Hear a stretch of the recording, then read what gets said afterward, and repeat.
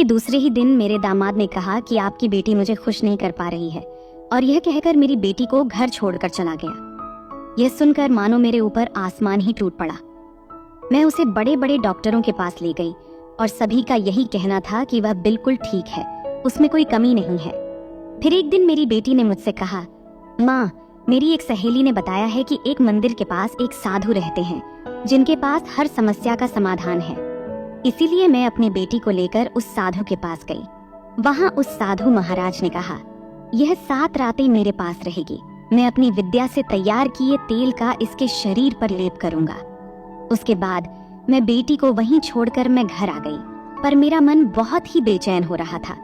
बेटी को अकेले वहां छोड़कर आना मुझे सही नहीं लग रहा था, इसलिए मैं फिर वापस अपनी बेटी के पास गई। वहां पहुंचकर जो मैंने देखा, उसे देखकर मेरे पैरों तले जमीन खिसक गई, क्योंकि मेरी बेटी और वह साधु। नमस्ते दोस्तों, आज की इस कहानी में आपका स्वागत है। मेरा नाम गायत्री है और मेरी बेटी मेरे जीवन का एकमात्र सहारा थी। मेरे पति का देहांत मेरी बेटी के जन्म के कुछ ही महीनों बाद हो गया था, लेकिन मेरे पति खानदानी अमीर थे, इसलिए मुझे और मेरी बेटी को कभी आर्थिक तंगी का सामना नहीं करना पड़ा। मेरे पति ने अपनी सारी संपत्ति मेरे नाम कर दी थी, जिससे हमारा जीवन अच्छे से चल रहा था। पति के जाने के बाद मैंने अपनी बेटी का अकेले ही पालन पोषण किया था। जब मेरी बेटी शादी के लायक हुई तो मैंने उसका रिश्ता तय किया। शादी के लिए मेरी सास और जेठानी गांव से हमारे घर आ गई थी। उन्होंने शादी की तैयारियों में पूरी मदद की, जिससे मेरी बेटी की शादी ठीक से हो पाई। और तब मैं खुश थी कि बेटी का मामला सही ढंग से निपट गया। शादी के कुछ रस्में बाकी थीं और मैंने बेटी की शादी का न्योता सभी जगह पहुंचाया था। सभी ने मेरे साथ बहुत अच्छा व्यवहार किया। कभी किसी ने यह एहसास नहीं होने दिया कि मेरे पति अब इस दुनिया में नहीं है और मैं अकेली हूँ। सभी ने अपने अपने तरीके से मेरी मदद की और उनके इस व्यवहार से मेरे आंसू झलक पड़े। मेरे मन में यह ख्याल भी आया कि यदि मेरे पति आज जीवित होते तो वे अपनी बेटी की शादी में कितने खुश होते। फिर कुछ ही दिनों में मेरी बेटी की शादी धूमधाम से हो गई। मेरी बेटी अपने ससुराल जा चुकी थी।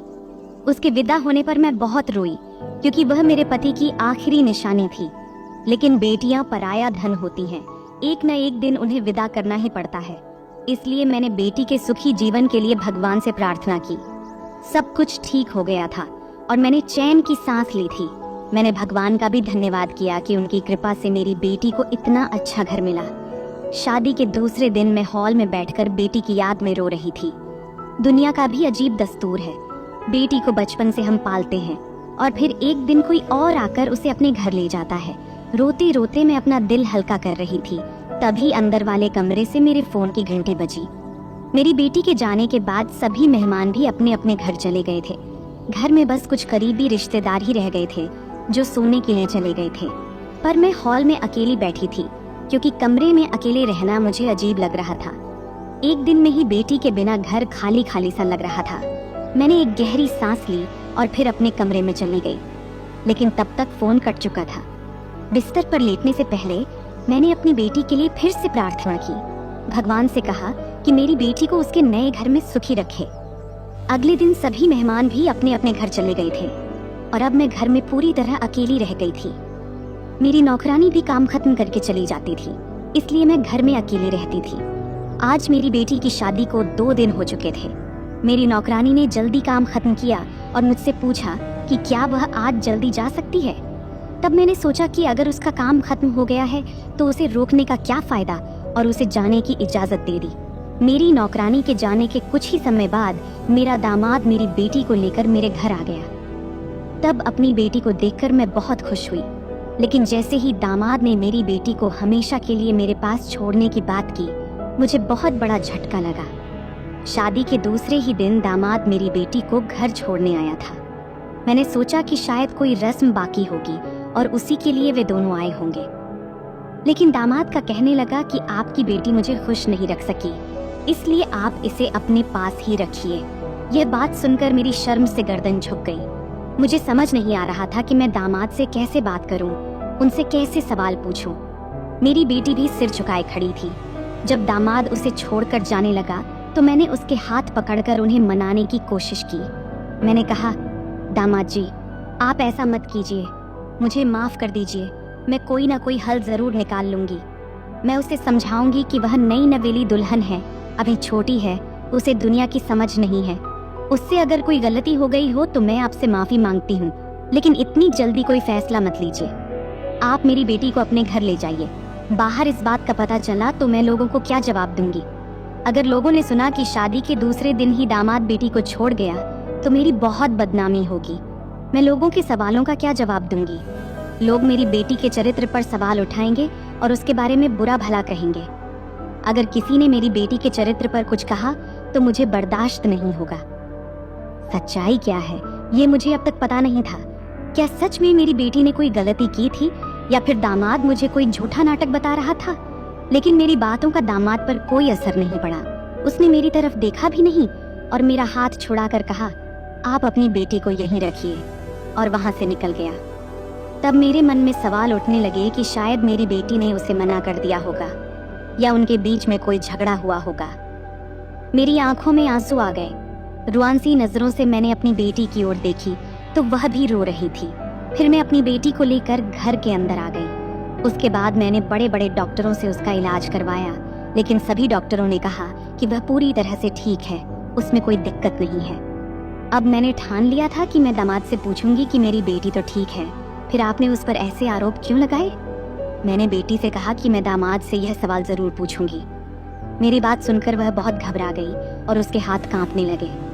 उसने कहा, नहीं माँ, तुम ऐसा मत करो, पता नहीं वह तुम्हारी बात सुनेगा भी या नहीं।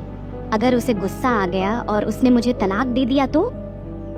उसकी बातें सुनकर मेरे मन में और भी उलझन बढ़ गई। लेकिन मैंने यह भी महसूस किया कि जब भी मेरी बेटी इस बारे में मुझसे बात करती थी वह नजरें चुराकर बात करती थी। मुझे यह बात बहुत अजीब लगती थी, लेकिन वह मेरी बेटी थी, इसलिए मैं शांत रही। मुझे समझ नहीं आ रहा था कि आखिर इसमें गलती किसकी है। इन दोनों में से कौन सच बोल रहा था और कौन झूठ, यह जानना मेरे लिए बहुत कठिन हो रहा था। परंतु सच जानने के लिए जल्दबाजी करना सही नहीं था। थोड़ी देर बाद मैं और मेरी बेटी गाड़ी में बैठकर घर की ओर निकले, लेकिन मेरे दिमाग में वही सवाल बार बार आ रहे थे। कुछ ऐसा था जो मुझे अभी भी समझ में नहीं आ रहा था। मुझे कुछ समझ नहीं आ रहा था, कहीं ऐसा तो नहीं कि दामाद जी मेरी बेटी को पसंद नहीं करते और शायद किसी और को पसंद करते हों, और केवल लोगों के डर से ही मेरी बेटी पर ये सारे झूठे आरोप लगा रहे हों, या फिर सचमुच मेरी बेटी में कोई कमी है। इन विचारों ने मेरा दिमाग सुन्न कर दिया था। इसी सोच में खोई हुई कब हम घर पहुंच गए मुझे पता भी नहीं चला। थोड़ी देर बाद मेरी बेटी अपने कमरे में चली गई। रात का खाना खाकर उसने मेरे लिए चाय बनाई और फिर अपने कमरे में वापस चली गई। कुछ देर बाद वह मेरे पास आकर शांत स्वर में बात करने लगी। उसने कहा कि उसकी एक सहेली ने बताया कि गांव से कुछ दूर एक मंदिर के पास में साधु बाबा रहते हैं जिनके पास हर समस्या का हल है। अगर हम वहां जाएं तो शायद कुछ मदद मिले। तब मैंने हैरानी से अपनी बेटी की ओर देखी और बोली, ठीक है, अगर तुम्हारी भी यही इच्छा है तो हम वहां चलेंगे। मैंने सोचा कि अगर सच में उन साधु बाबा के पास समाधान है तो मेरी बेटी का जीवन फिर से संवर जाएगा। बाबा के पास समाधान है तो मेरी बेटी का जीवन फिर से संवर जाएगा। मेरी सहमति मिलते ही वह तुरंत वहां जाने के लिए तैयार हो गई, लेकिन तब उसकी जल्दबाजी देखकर मुझे हैरानी हुई। लेकिन मैंने उस पर ध्यान नहीं दिया और साधु बाबा के पास जाने के लिए निकल पड़ी। थोड़ी ही देर में हम वहां पहुंच गए, पर वहां का माहौल देखकर मैं थोड़ी चौंक गई, क्योंकि जहां अक्सर साधु बाबा के पास लोगों की भीड़ होती है वहां पर बिल्कुल भी भीड़ नहीं थी। उस जगह का वातावरण बहुत शांत था और कुछ अजीब भी लग रहा था। मैं अपनी बेटी के साथ उस कक्ष में पहुंची और चारों ओर नजर घुमाने लगी। जब हम साधु के पास पहुंचे तो मैंने उन्हें अपनी बेटी के बारे में सब कुछ बताया। उन्होंने मेरी बात बहुत ध्यान से सुनी और फिर कहा, आपकी बेटी को 7 रातें यहाँ मेरे पास रुकना होगा। मैं उसे एक विशेष तेल से मालिश करूंगा। ये सब कहते हुए उन्होंने एक बार भी मेरी तरफ या मेरी बेटी की तरफ नहीं देखा। उनकी नजरें झुकी हुई थीं और वे कुछ मंत्र पढ़ने लगे। उनके इस व्यवहार से मैं बहुत असहज महसूस कर रही थी। कुछ अजीब था, पर मुझे समझ नहीं आ रहा था कि क्या। अपनी बेटी को वहां 7 दिनों तक छोड़ना मुझे अच्छा नहीं लग रहा था, पर मैं मजबूर थी क्योंकि मुझे अपनी बेटी का जीवन फिर से संवारना था।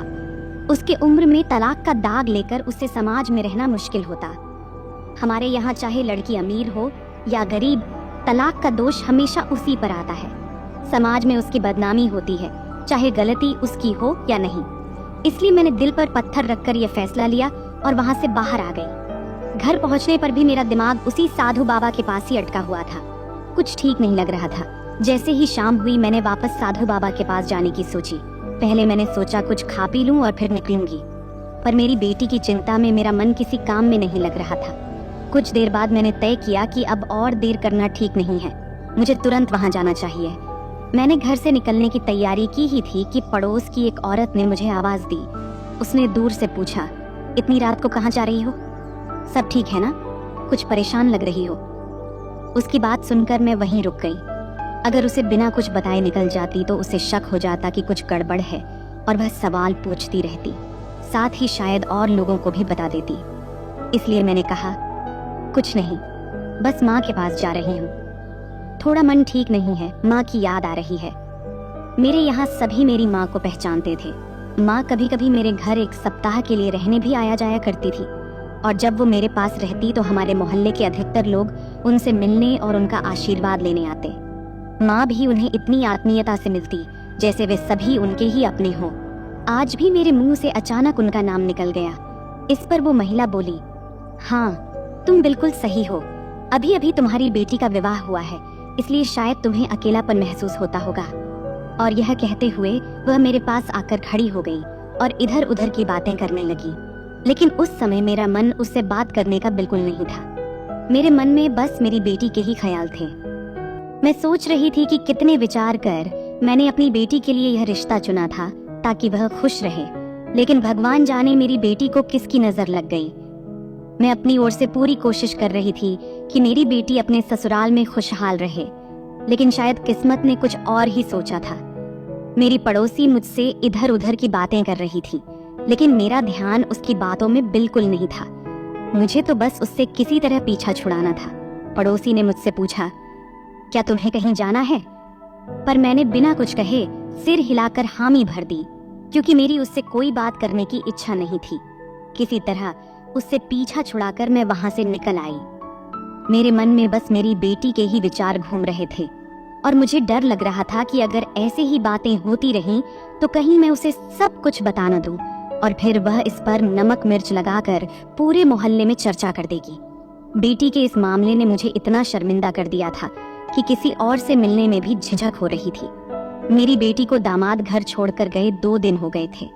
साथ ही लोग क्या कहेंगे, इस बात का भी मुझे काफी तनाव हो रहा था। मैं किसी भी निर्णय पर पहुंच नहीं पा रही थी। मेरे मन में बस यही सवाल था कि आखिर मेरे दामाद ने ऐसा फैसला क्यों लिया, वह ऐसा क्यों बोले। मेरे मन में कोई अच्छे विचार नहीं आ रहे थे। बस यही सोच रही थी कि आखिर मेरी बेटी में ऐसी क्या कमी थी कि वह अपने पति को खुश नहीं रख सकी। इस सोच में डूबी मैं उसी जगह पहुंच गई जहां कुछ घंटे पहले मैंने अपनी बेटी को छोड़ा था। गाड़ी से उतरने के बाद मैंने एक गहरी सांस ली और फिर अंदर जाने लगी, क्योंकि मेरे मन में बेटी और उस साधु बाबा के बारे में कई सवाल उठ रहे थे। और इन दिनों का जमाना भी ऐसा हो गया है कि किसी पर भी भरोसा नहीं किया जा सकता। इसलिए मैं जल्दी जल्दी कदम बढ़ा रही थी ताकि जल्दी से जल्दी अपनी बेटी तक पहुंच सकूं। पता नहीं मेरी बेटी ने वहां ये कुछ घंटे कैसे बिताए होंगे, वह किस हाल में होगी। मैं उसी साधु बाबा के कमरे का दरवाजा खोलने ही वाली थी कि तभी मेरी नजर पास के एक कमरे पर गई। उस कमरे में जो दृश्य मैंने देखा उससे मेरे पैरों तले की जमीन खिसक गई। उस दृश्य को देखकर मैं कांपने लगी। ऐसा लग रहा था जैसे मुझे चक्कर आ रहे हों। मैंने दीवार का सहारा लिया और वहीं खड़ी हो गई। मेरी बेटी ऐसा कुछ कर सकती है, इस पर मेरा विश्वास ही नहीं हो रहा था। मेरी बेटी सामने बैठी थी और वो उस साधु बाबा जिसकी उम्र लगभग 30 साल रही होगी, उसका सिर उसकी गोद में रखकर सोया हुआ था। दोनों हंसते हंसते बातें कर रहे थे।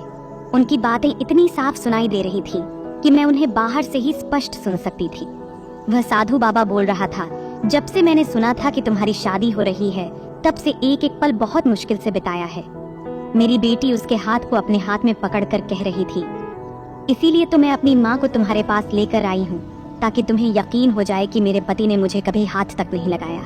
मैंने खेल ही ऐसा खेला है कि अब हम हमेशा साथ रहेंगे, क्योंकि अब मेरा पति मेरा चेहरा तक नहीं देखेगा। मेरी बेटी भी प्यार से उसके हाथ को पकड़कर उससे बातें कर रही थी। मुझे तो गुस्से से पागलपन होने लगा था। मैं अपने दामाद को गलत समझ रही थी, असल में गलती मेरी बेटी की थी। अब उनकी ये बातें मुझसे और बर्दाश्त नहीं हो रही थी, इसलिए गुस्से में आकर मैंने दरवाजा खोल दिया। दरवाजा खुलने की आवाज सुनकर दोनों चौंक कर खड़े हो गए। कमरे के अंदर जाने के बाद मैंने अपनी बेटी का हाथ पकड़ी और उसे एक जोरदार थप्पड़ मारी। फिर मैंने उससे बोली, ऐसा करते समय तुम्हें बिल्कुल भी शर्म नहीं आई? ये सब करते समय तुम्हें अपनी माँ याद नहीं आई? तुम्हें याद नहीं कि मैंने तुम्हें अकेले पाला है? ऐसा कहकर मैंने फिर एक बार उसके गाल पर जोर से थप्पड़ मारी। तब मेरा यह रूप देखकर वह साधु मेरी बेटी को बचाने के लिए आगे बढ़ा, लेकिन मेरे गुस्से को देखकर वह वहीं सिर झुकाकर खड़ा रह गया। गुस्से में मैं अपनी बेटी से पूछी, तुमने अपने पति से ऐसा क्या कहा था जो वह तुम्हें मायके छोड़ गया? तब मेरी बेटी जोर जोर से रो रही थी। फिर उसने धीरे धीरे बोलना शुरू किया। मैंने अपने पति से कहा कि तुमने मुझसे शादी क्यों की? मैं एक बांझ हूँ, इसलिए मैं तुम्हें कभी संतान नहीं दे सकती। तुम अपना जीवन क्यों बर्बाद कर रहे हो? तुम मुझे छोड़ दो। मेरी माँ ने आप सभी को धोखा दिया है। तब बेटी के मुंह से यह सब सुनकर मैंने अपना माथा पीट लिया और पास में पड़ी कुर्सी पर बैठ गई। उसकी बातों को सुनकर मुझे इतना गुस्सा आया कि उस पल मुझे लगने लगा था कि मैं उसका गला दबाकर जान से मार दूं। मेरी बेटी होकर उसने इतनी चालाकी से यह सब कुछ कैसे किया? मैंने तो उसे कभी ऐसे संस्कार नहीं दिए थे, फिर वह इतनी बिगड़ कैसे गई? फिर मेरी बेटी बोली, माँ मैं इससे प्यार करती हूँ और उसी से शादी करूंगी। अब वह बिना डरे मुझसे बात कर रही थी। वह यह सब बड़ी हिम्मत से मुझसे कह रही थी, लेकिन उस समय मैंने उससे कुछ नहीं कहा और उसे खींचकर घर ले आई। घर आने के बाद मैंने उसे समझाने की बहुत कोशिश की। देखो बेटा, भावनाओं में बहकर कोई भी निर्णय मत लो। मुझे पता है कि तुम्हें उस आदमी से प्यार है, पर तुम यह भी सोचो कि अब तुम्हारी शादी हो चुकी है। तुम्हारा अब एक पति है और तुम्हें अपने रिश्ते पर ध्यान देना जरूरी है। मैंने उसे समझाने की बहुत कोशिश की, पर वह मेरी कोई बात सुनने को तैयार नहीं थी। आखिर में मजबूर होकर मैं उसे उसके पति के पास ले गई। उसके पति के पास जाकर मैंने उसे सब सच सच बता दिया और अपनी बेटी की ओर से माफी भी मांगी। इस पर उसके पति बोले, नहीं, मैं अब इसे अपने साथ नहीं रख सकता। जो लड़की किसी और आदमी के लिए अपने पति को ठुकरा सकती है, वह कभी सुखी नहीं रह सकती। मैं इतना भी बड़ा दिल वाला नहीं हूँ कि सब कुछ जानकर भी ऐसी लड़की को स्वीकार करूँ। मैं इसे तलाक देकर किसी और से शादी कर लूंगा। तब मैं बस उनके सामने सिर झुकाए खड़ी थी। मुझे पता था कि वह बहुत अच्छा आदमी है और मेरी बेटी वहाँ बहुत खुश रह सकती थी। आज नहीं तो कल सब कुछ ठीक हो सकता था, लेकिन मेरी लाख मिन्नतों के बावजूद उसने मेरी बात नहीं मानी और आखिरकार उसने मेरी बेटी को तलाक दे दिया और दूसरी शादी कर ली। इसके बाद मैंने भी अपनी बेटी की उस व्यक्ति के साथ शादी करवा दी जिससे वह प्रेम करती थी। उसने अपने पहले पति को छूने तक नहीं दिया था, इसीलिए मैंने उसका दूसरा विवाह उसी से करवा दिया जिससे वह प्यार करती थी। साथ ही मैंने उससे यह भी कहा कि अब आगे से मुझे अपना चेहरा कभी मत दिखाना। आज से तुम्हारा और मेरा कोई रिश्ता नहीं है। तुम्हारे पिता के जाने के बाद मैंने अकेले तुम्हें पाला। तुम बहुत छोटी थी, किसी और के पास छोड़कर मैं भी दूसरी शादी कर सकती थी, लेकिन मैंने तुम्हें अच्छे संस्कार देने की कोशिश की और कभी किसी चीज की कमी महसूस नहीं होने दी। लेकिन बदले में तुमने मुझे क्या दिया? ऐसा कहकर मैंने उसे घर से निकाल दिया। मुझे नहीं पता था कि मेरी बेटी अब कैसी जिंदगी जी रही है, किस हालात में है, या उसका पति उसे खुश रखता है या नहीं। मैंने उससे किसी भी तरह का संपर्क नहीं रखा। अब उसकी शादी को 7 साल हो गए थे और उन 7 सालों में वह एक बार भी मुझसे मिलने नहीं आई थी। फिर अचानक एक दिन वह मुझसे मिलने आई और कहने लगी कि मैंने जो झूठ बोला था कि मैं बांझ हूँ, वह अब सच हो गया है। इन 7 सालों में मुझे कोई संतान नहीं हुई और अब मेरी सास मेरे पति से दूसरी शादी करने के लिए कह रही है। वह कहती है कि मैं कभी उसे पोता नहीं दे पाऊंगी, इसलिए मुझे छोड़ दे। इसी बात पर हमारे बीच झगड़े भी हो रहे हैं। इस पर मैंने उससे कहा, तुम जो अपराध कर चुकी हो उसका ही परिणाम भुगत रही हो। तब वह मुझसे माफी मांग रही थी, कह रही थी, माँ मैं तुम्हारी अपराधी हूँ, मुझे माफ कर दो। मैंने उससे कहा, मुझसे माफी मत मांगो, अपने पहले पति से माफी मांगो। उसकी कोई गलती नहीं थी, फिर भी तुमने उसे उसके अधिकार से वंचित कर दिया था। अगर उसने तुम्हें माफ किया तो मैं भी तुम्हें माफ कर दूंगी। मेरे कहने पर मेरी बेटी अपने पहले पति के पास गई और उससे माफी मांगने लगी। उसने भी तुरंत उसे माफ कर दिया क्योंकि वह अपने जीवन में बहुत खुश था। इसके बाद ईश्वर की कृपा से 9 साल बाद मेरी बेटी के घर एक प्यारा सा बेटा का जन्म हुआ। तब उसे महसूस हुआ कि एक माँ की अपने बच्चे के लिए कितनी चिंता होती है और वह क्या महसूस करती है। कहते हैं कि जब तक कोई लड़की खुद माँ नहीं बनती तब तक वह माँ का दुख नहीं समझ सकती। फिर मेरी बेटी एक बार फिर मेरे पास आई और हाथ जोड़कर मुझसे माफी मांगी। तब मैंने भी उसे दिल से माफ कर दिया। तो दोस्तों, कैसी लगी मेरी ये कहानी?